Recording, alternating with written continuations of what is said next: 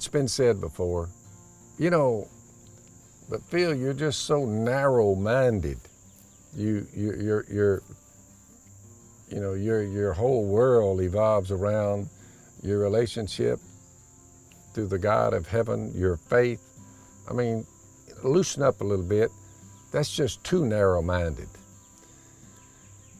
It may seem that way to some, but you got to realize, I mean, the road you have to get on from the get-go, according to the one that saved me, Jesus himself, it's a narrow road.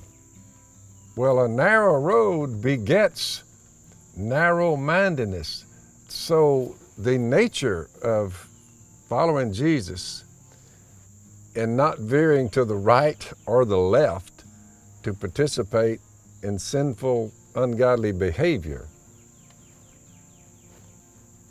you are narrow-minded. I am narrow-minded. I'm focused on my soul. I'm looking out at the world, and there's so many trails and so many things, substitutes that they've come up with to replace just simple faith in God. Yeah, I'm narrow-minded. The fear of God is the beginning of wisdom. And when you wise up, you learn to roll and you're completely happy with just doing good, loving your neighbor, loving your God, and steering clear of evil, clutter. Do not set foot on the path of the wicked. Path. You say that right there, down that road right there, that's a path. It's narrow. You say, how much is that road there traveled?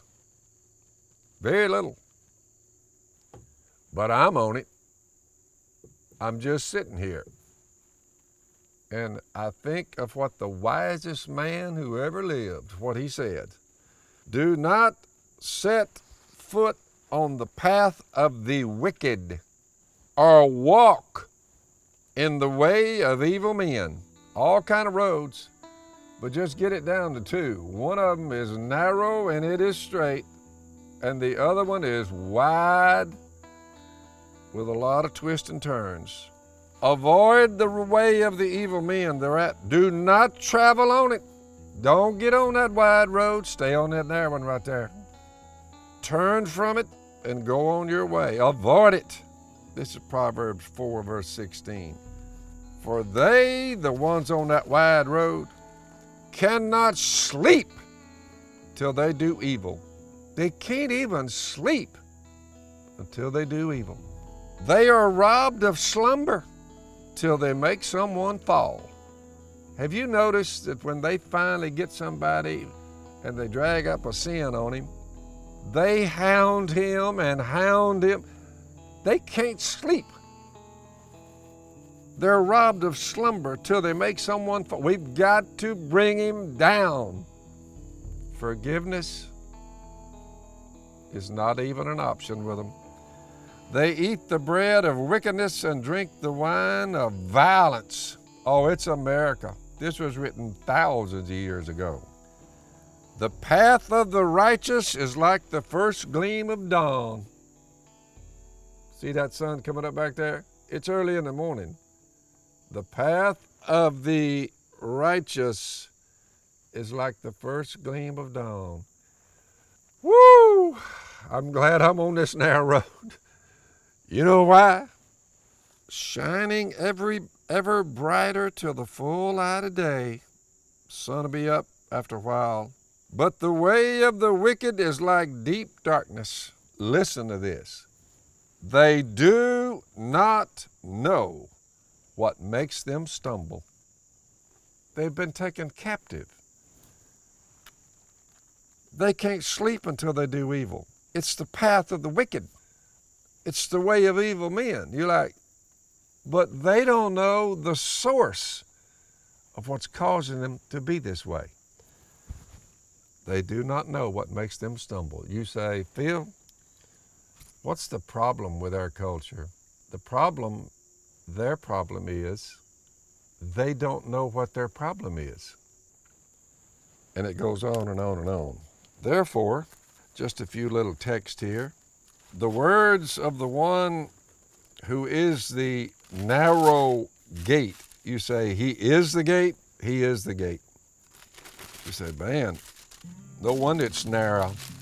One person who ever lived is the gate. That you got it. Jesus of Galilee.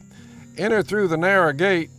When we came through a while ago to get on this road, little small gate. Wide is the gate and broad is the road that leads to destruction, and many enter through it. But small is the gate and narrow the road, and now you're going to understand why I'm on this narrow road. Narrow is the road and small is the gate that leads to life. He's talking about eternal life. And only a few find it. I have the God of heaven in a human body saying only a few find the narrow road that leads to life. A few is not many, is all I know. It's not many. Therefore, I'll give you one more that sort of is, you've heard it before, but probably not in the context that we're speaking of. The old famous Psalms 23. Listen to this.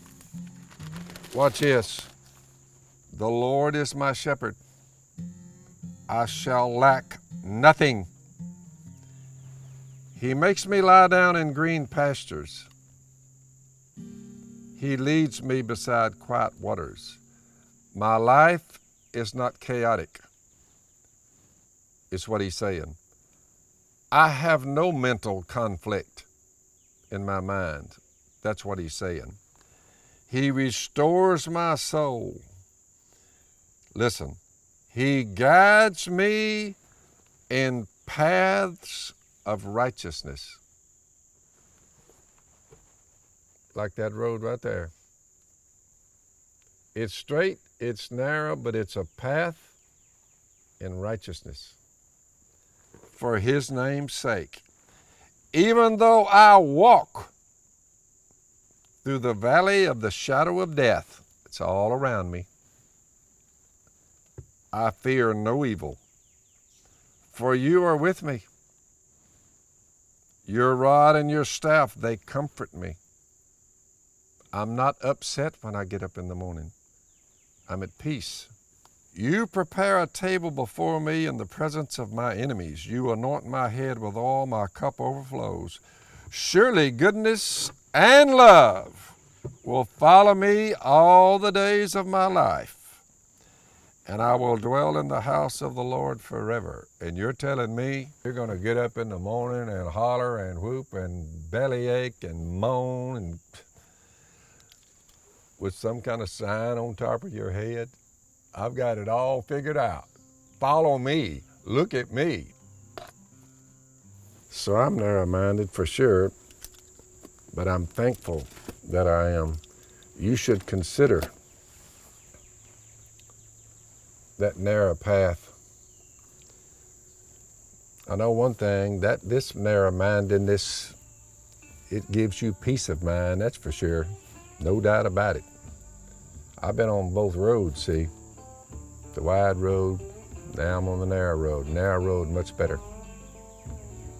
So you don't have to put your head and fill it with all that clutter. I mean, I've never even owned a cell phone. Think about it.